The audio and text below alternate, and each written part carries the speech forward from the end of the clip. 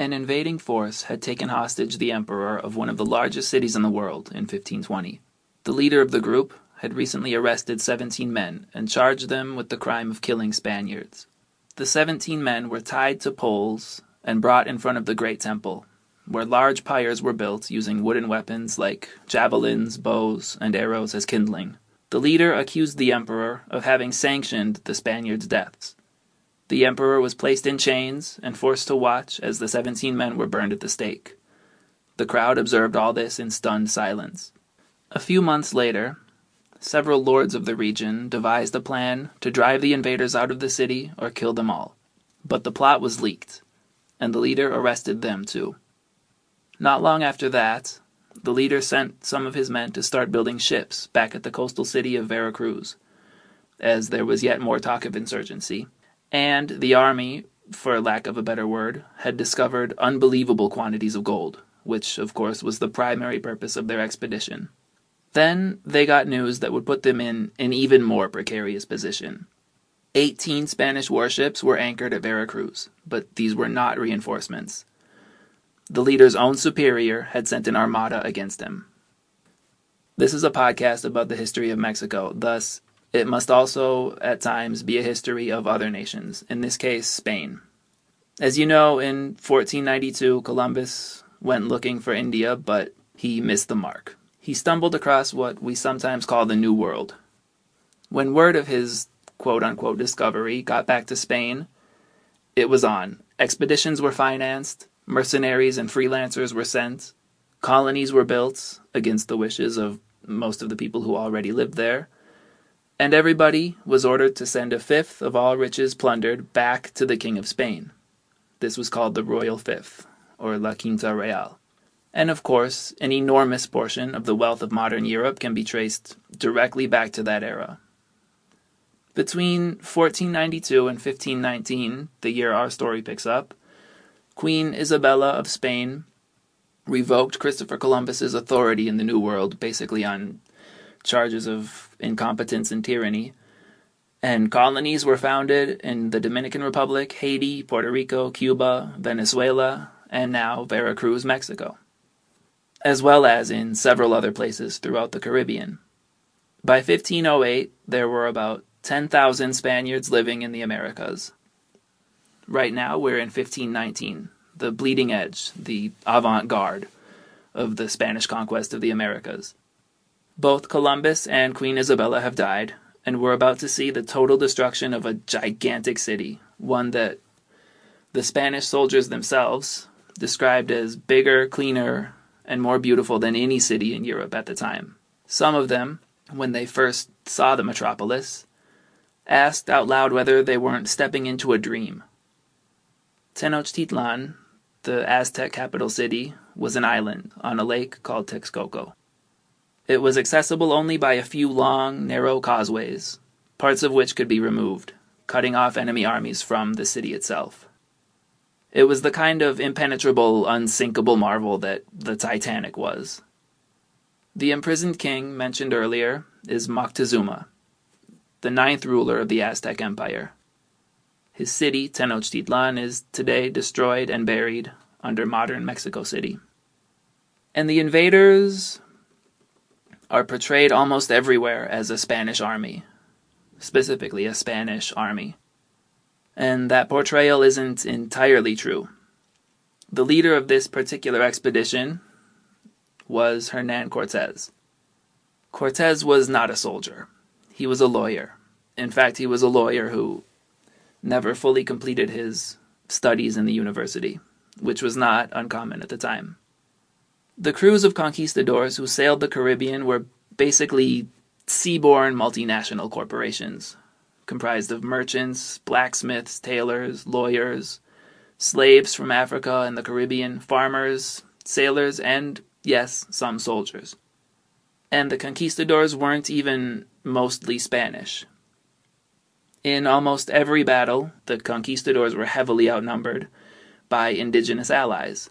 The people of Mexico were not all members of the same tribe, and the conquistadors found this out quickly. One tribe in particular, the Tlaxcalans, were eager to use the invading forces to their advantage.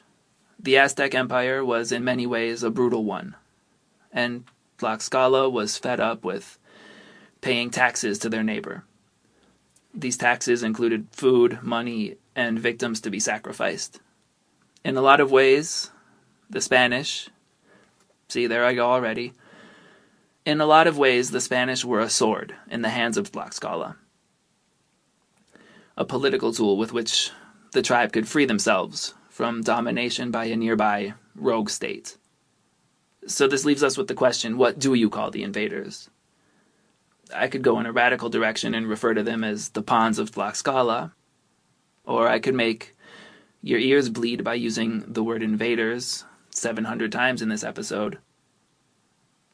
Sometimes I'll refer to Cortez's men, or the soldiers, or the invaders, or the conquistadors, or the Spanish and Tlaxcalans. Mexico's history is loosely based on a true story, and nowhere is this more apparent than in the history of the conquest. You can't always trust every word of a history book, and the terms can get confusing, so I'll try to keep it simple. In November 1519, Cortez's Spanish expedition had been greeted on one of the causeways and invited into the city as guests of honor. It was the prototypical meeting of two alien civilizations. Neither side could really believe what they were seeing. Some of the conquistadors sat on giant armored animals that the Aztecs described as deer. And the Spanish were about to enter a city unlike anything they had ever seen. And Cortez began plotting the capture of the place from the moment he saw it. He wanted to deliver the jewel intact to the King of Spain. About a week after the meeting on the causeway, Cortez took Moctezuma prisoner, accusing him of having taken part in an attack on Spanish soldiers. But the arrest was made in private and would be kept secret from the Aztecs, although some sources claim that he wasn't imprisoned until months later. The emperor would continue to govern his empire, but Cortez would be in charge of him. Any actions taken against the Spanish would result in Moctezuma's execution. So the king had no choice but to agree, and the two men entered into a strange and fascinating relationship of enmity and friendship and mutual distrust, and eventually Stockholm Syndrome. Some historians say that Moctezuma began to identify with and sympathize with his captors over the next few months, which helps to explain some of his actions near the end of his life.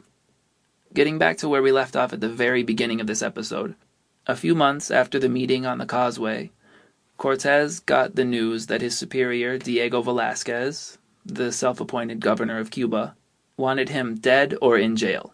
Cortez had disobeyed direct orders. His mission was supposed to be one of trade.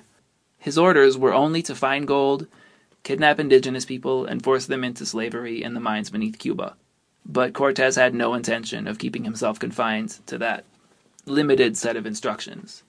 He wanted wealth, he wanted power. He was ambitious, scheming, manipulative, and calculating. And he had found lots and lots of gold at Tenochtitlan. Now, however, Velázquez was threatening to take all of that away. Cortez held a meeting with some of his captains-in-arms, who all agreed that he should risk leaving the Aztec capital, heading to Veracruz, and confronting the officer in charge of the Armada, who was called Panfilo de Narvaez. Narvaez had sent men ashore at Veracruz to speak with Cortez's highest-ranking officer, who, upon hearing the men call Cortez a traitor, had his soldiers throw nets over them and take them to Tenochtitlan, where his leader would decide their fate. Cortez got word of this and came up with a plan. He met the prisoners outside the enormous Aztec city, and he ordered his men to release them from the nets and put them on horses. He apologized for the treatment they had received in Veracruz, and they entered Tenochtitlan in royal fashion. He made sure they were well fed and well taken care of. The three men stayed for a few days, during which time Cortez plied them with bribes and flattery.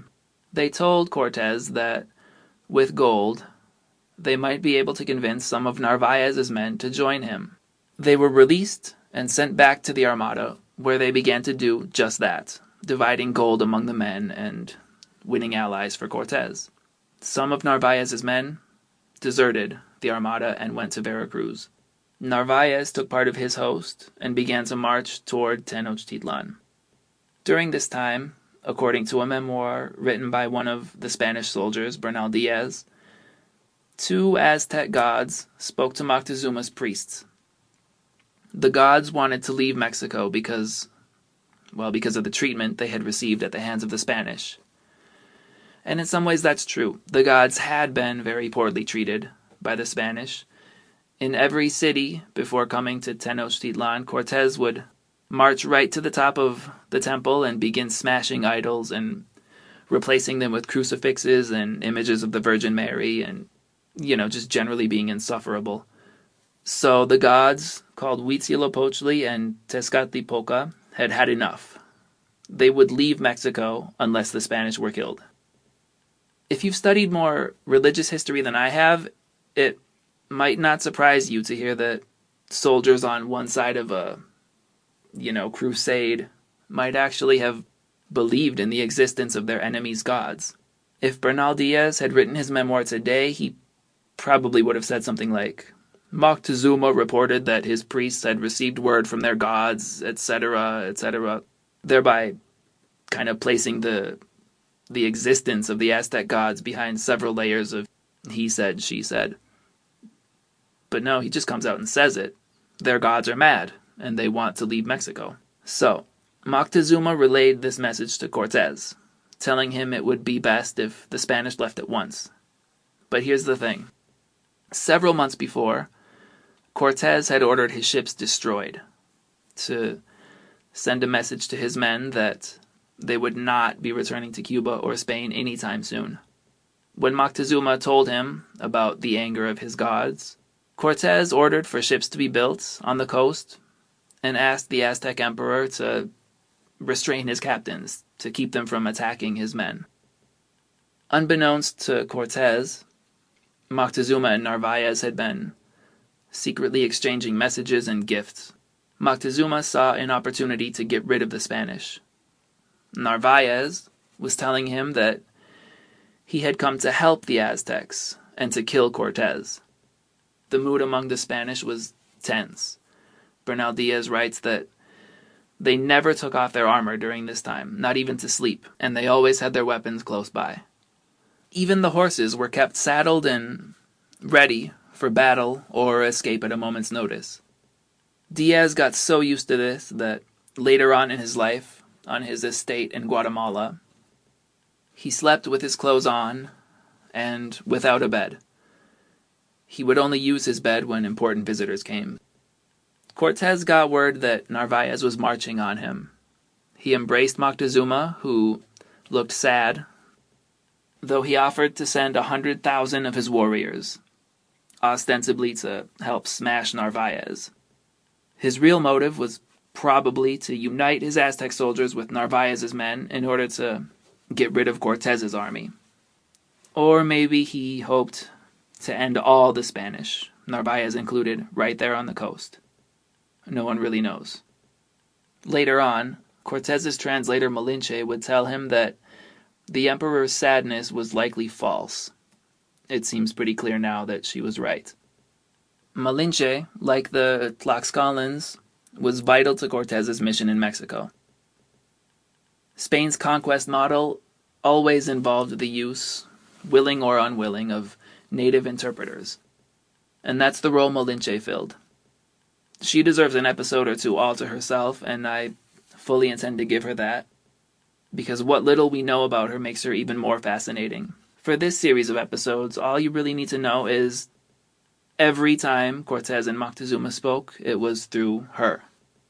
She may have, for unknown reasons, held a grudge against the Aztecs, and there are debates about to what degree she played the two men against each other and used them for her own purposes, maybe by intentionally mistranslating some things. She was young, about 19 or 20. She might have been sold into slavery by her parents, and eventually she gave birth to one of Cortez's sons.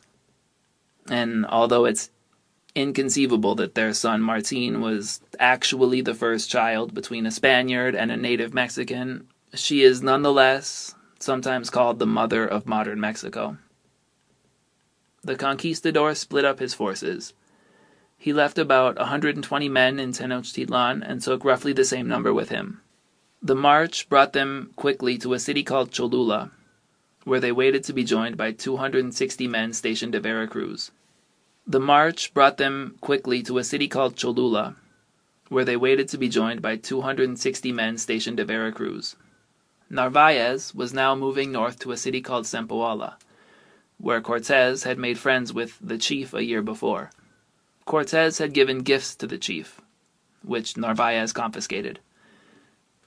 His men were surprised that Cortez had acquired fame here, since he was considered pretty insignificant back in Cuba. About 2 days after leaving Cholula, Cortez came upon a group of Spaniards who told him that Narvaez and Moctezuma had exchanged presents and messages, and that Narvaez seemed to want to conquer Mexico for himself. Always calculating, Cortez distributed about 15,000 pesos worth of gold among the men who marched with him. And this is an important detail. Some historians have given the impression that the Spanish soldiers were fighting without the promise of pay, but that's just not the case. They were there explicitly to get rich. Now, they didn't get paid up front, and some of them in the end never got paid at all, but they had all been promised land, titles, power, slaves, and gold. Along the way, Cortez and Narvaez sent messages back and forth, getting angry at the contents of the messages and arresting the messengers. At one point, Narvaez suggested a meeting, but somebody warned Cortez against it. It was an ambush. The plan was to hide some cavalrymen led by a man called Juan Yuste, who we'll hear a little from later. The plan was to hide them behind a hill. During negotiations, the cavalry would attack, hopefully killing or capturing Cortez. There was a lot of politics and infighting during the march, but the end result was that the two men were unable to reach an agreement. A skirmish was inevitable. Cortez divided his soldiers into 5 groups. His cousin, Diego Pizarro, led 60 men whose job was to seize the enemy's artillery. Sandoval led 80 men who would arrest Narvaez or kill him if he resisted. A 3rd division was led by a cousin of one of Narvaez's men. The cousins had recently quarreled, so the job for this division was to subdue the cousin and his men. Another division was ordered to arrest one of Narvaez's captains. Cortez would lead the 5th division and deploy the men wherever they were most needed. He promised 1,000 units of money called castellanos to the man who captured Narvaez. Actually, it was for the first person who laid their hands on him. The 2nd, 3rd, and 4th would also get hundreds of castellanos. So you're asking yourself, what's a castellano? Well, it was equal to 485 maravedis. What's that? It was a copper coin equal to a 96th of a Spanish gold mark. A gold mark was about 230 grams. Got all that? Cortez knew the value of well-placed bribes, and as the two armies got closer, several of Narvaez's men had already been seduced by the gifts of gold sent by their leader's enemy. Now, I say enemy, but that's not really the case. The two men had been allies. They had gone together on previous expeditions in the Caribbean. One of Narvaez's men even said that Narvaez saw Cortez sort of like a son and didn't want to fight him. But the so-called, self-styled governor of Cuba, their superior Diego Velázquez, had given him orders. 2,000 pesos were offered to the man who killed Cortez or Sandoval if they attacked. On May 27th, Cortez came to the outskirts of Zempoala. They found 2 sentries, one of whom escaped. The other they captured and, let's say, extracted information from. He said most of the cavalry and arms were outside the city, while Narvaez and his men were camped out near the temple. The escaped sentry, meanwhile, ran back to Narvaez and warned him about the attack. But before the men could prepare themselves adequately, a few of Cortez's soldiers had sneaked to the top of the pyramid and attacked. They pushed past the guards easily and soon were fighting in the dark of Narvaez's quarters. Narvaez himself swung a two-handed broadsword but didn't really do much damage in the dark. Sandoval shouted at his men to burn down the building. The fire eventually got to Narvaez and burned his feet. He also lost an eye to one of Sandoval's pikemen and surrendered. He and a few of his captains were placed in chains, while fighting continued outside. Some of his men had holed up in a church, where they refused to surrender. Cortez pointed artillery at the building and fired. This, at the time, was an unbelievable act, and people did not soon forget it. When word finally got around that Narvaez had surrendered, his men gave up. The final death toll was 15 on Narvaez's side and 2 on Cortez's. "You must think it a great thing to have captured me," he said to Cortez, who responded to the contrary. It was one of the easiest things he had done while in Mexico, and considering everything they had gone through up to that point, almost none of which I've even mentioned in this episode, it was probably true. Historians point to several factors that led to the outcome. Certainly bribes swayed a lot of people, but Cortez also struck at night, a few hours before Narvaez expected them, giving him the element of surprise. Narvaez thought that he would be attacked at dawn, so he and his men were unprepared. Another thing is that his men might have been lulled into a false sense of security due to their greater numbers. And maybe the most important factor is that Narvaez was not really well loved by his men, whereas Cortez had won his men's respect and loyalty through leadership and promises of wealth. After the battle, Cortez offered land and gold to many of the defeated soldiers, who quickly joined him. They set off for Tenochtitlan, and one of the men among them had a disease called smallpox.